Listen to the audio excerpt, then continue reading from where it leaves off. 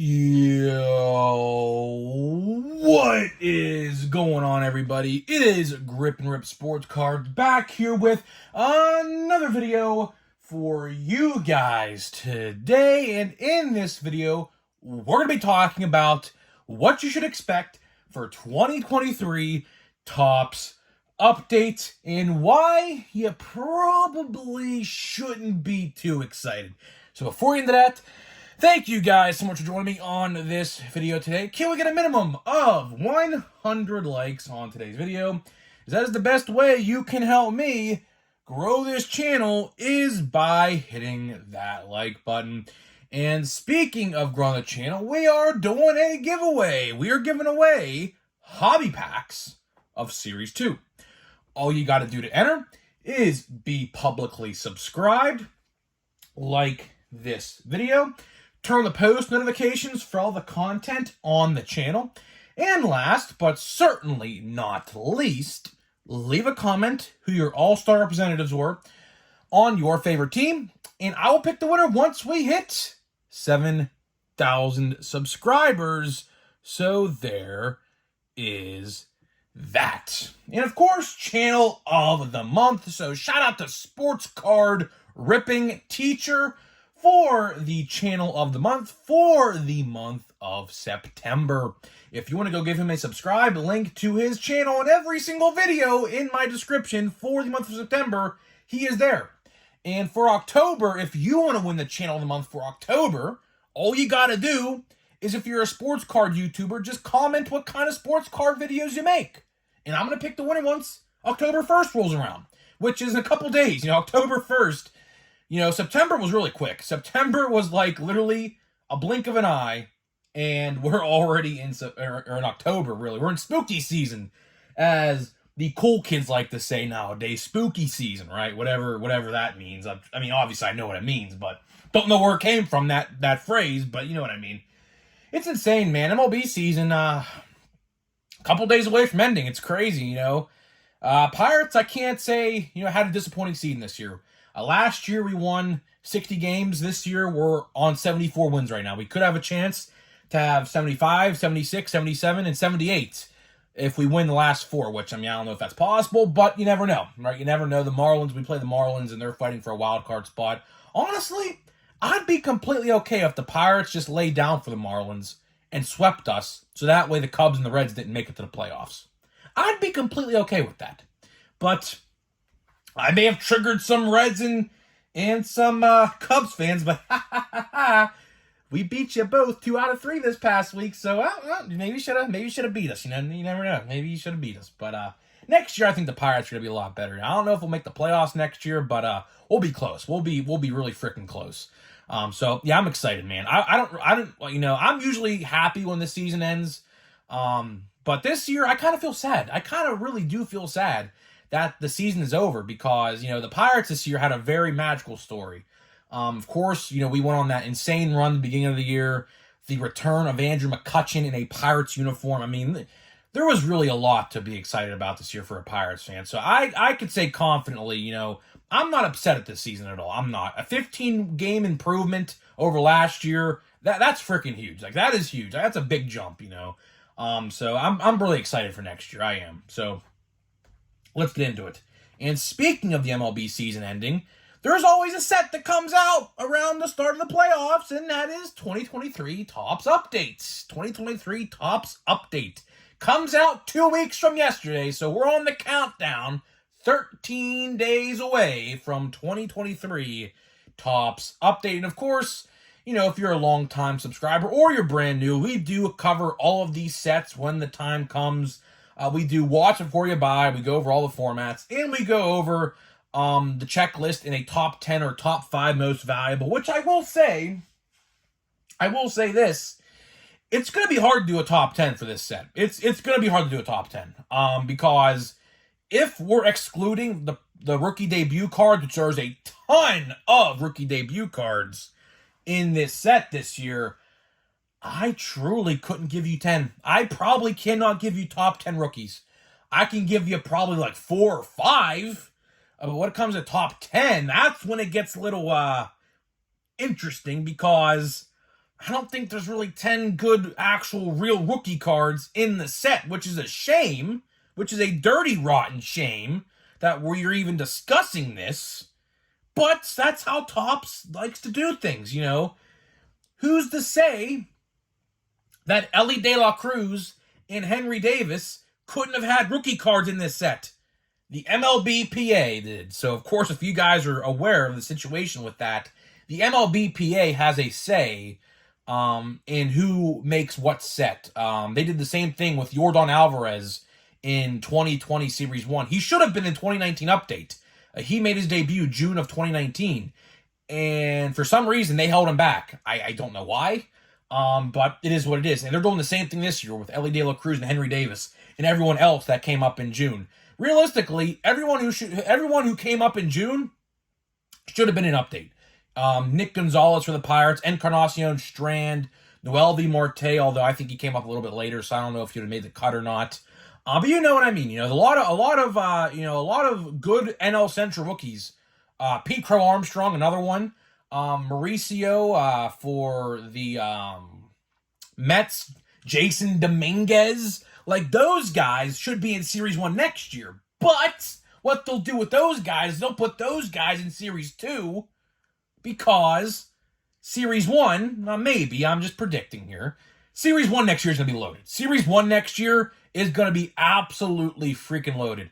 I could definitely see next year, and quote me on this one, when the time does come next year, in June or so, I could definitely see Pete Crow Armstrong and Jason Dominguez highlighting Series 2 next year in 2024 Topps Series 2. Which, by the way, there is still not a base card reveal for 2024 Topps yet, which I find very, very interesting to say the least, because last year for last year's design or this year's design, we got the reveal in like late August.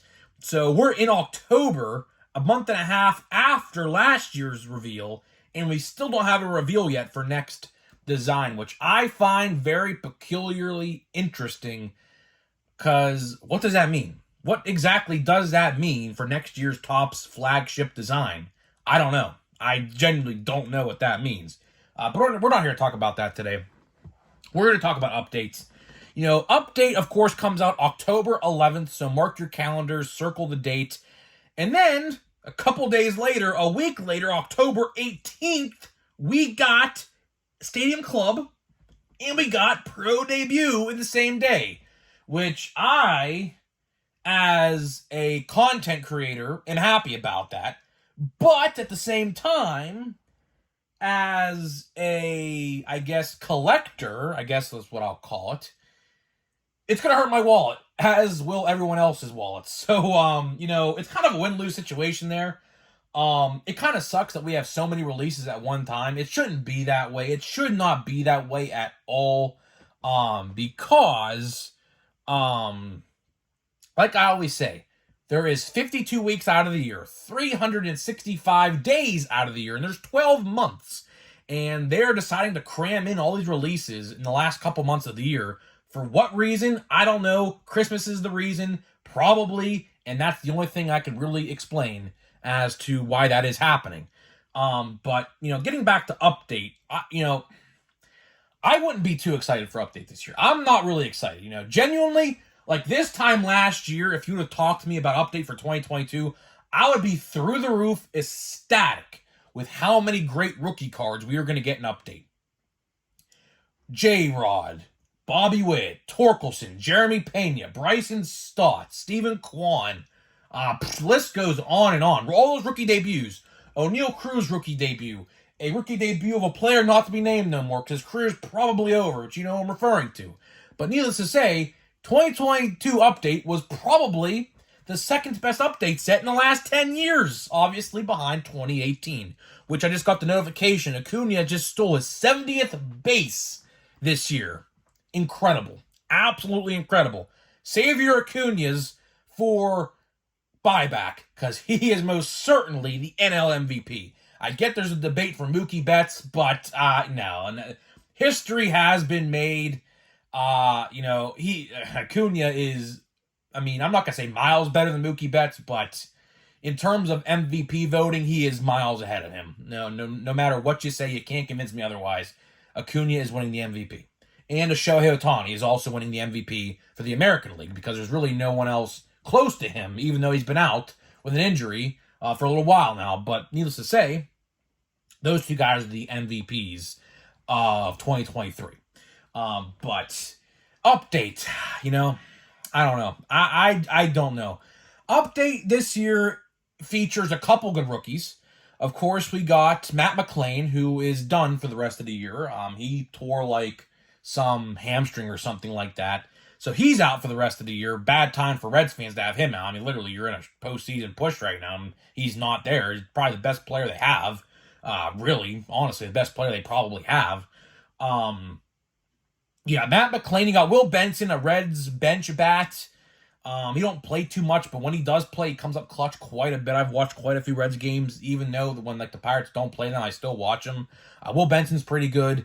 Patrick Bailey, a really good switch-hitting catcher for the Giants.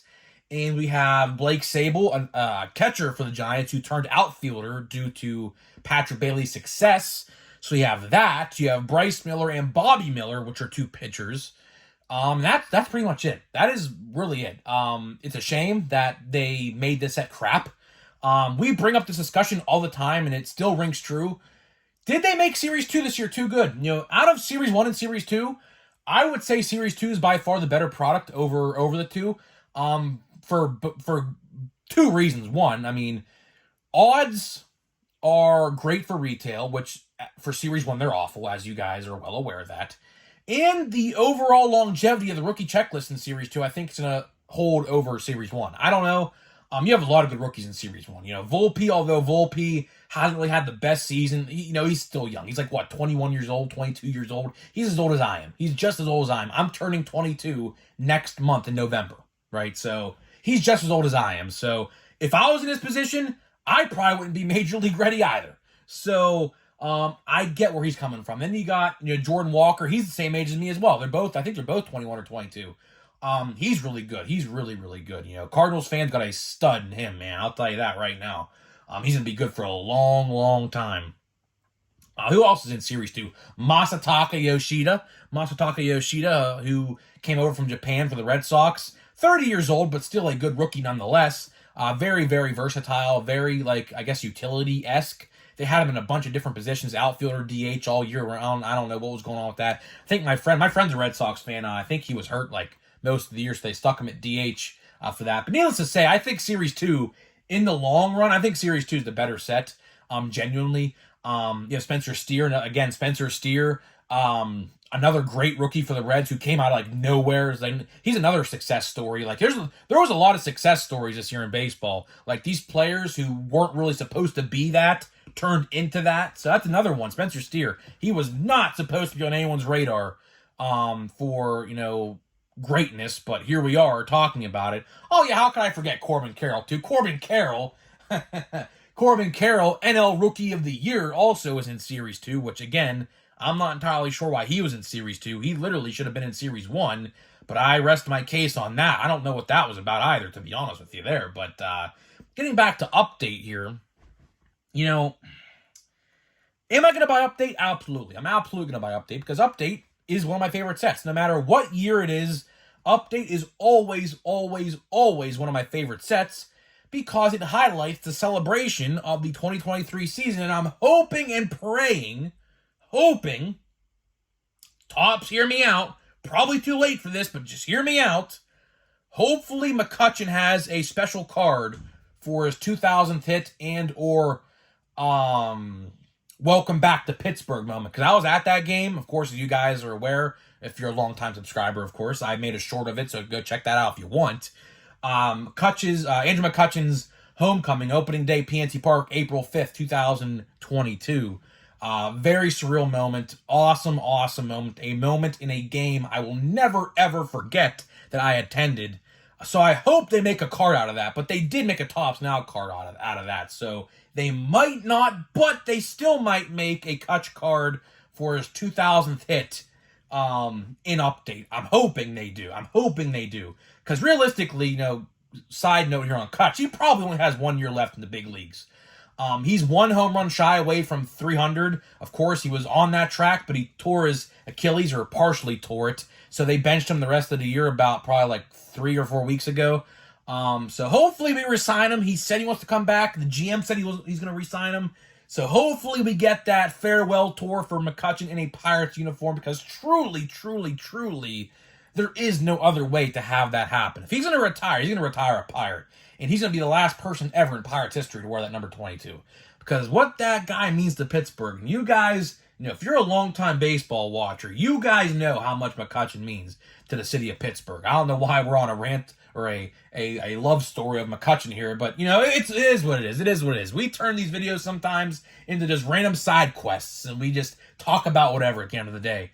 But at the end of the day, I really hope they do make a McCutchen card an update, because there is 2 moments I could think of that are well deserving of a card in that set. That homecoming reaction that I was there for, and I saw on TV. I've watched the clip a million times. Greatness, if I've ever seen it. And his 2000th hit at PNC Park. Definitely both deserving of Topps card for update. Let's see it happen. And a Miguel Cabrera farewell card as well, I think, is very much deserved as well. Although I do think he'll be in next year's Series 1. That's typically what they did. They did the same thing, I think, for Albert Pujols this past year. So I think he'll be in Series 1 next year as well. But to wrap this video up with update, am I going to buy update? Absolutely. Absolutely. Update is always one of my top 5 favorite sets, no matter how good or bad the checklist is.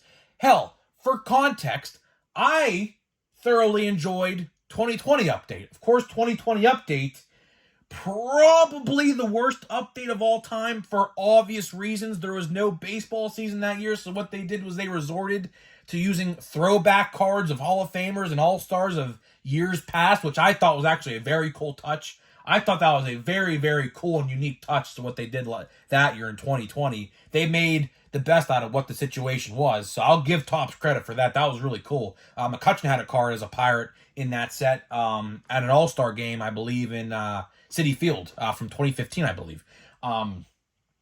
So, there was a lot of fun with that set. So I'm going to buy update. I just want to let you guys know, just to lower your expectations a bit. If you didn't see the checklist yet, you can go view it. It's on their website. It's on any other website. Cardboard Connection has it. Every other website has it as well.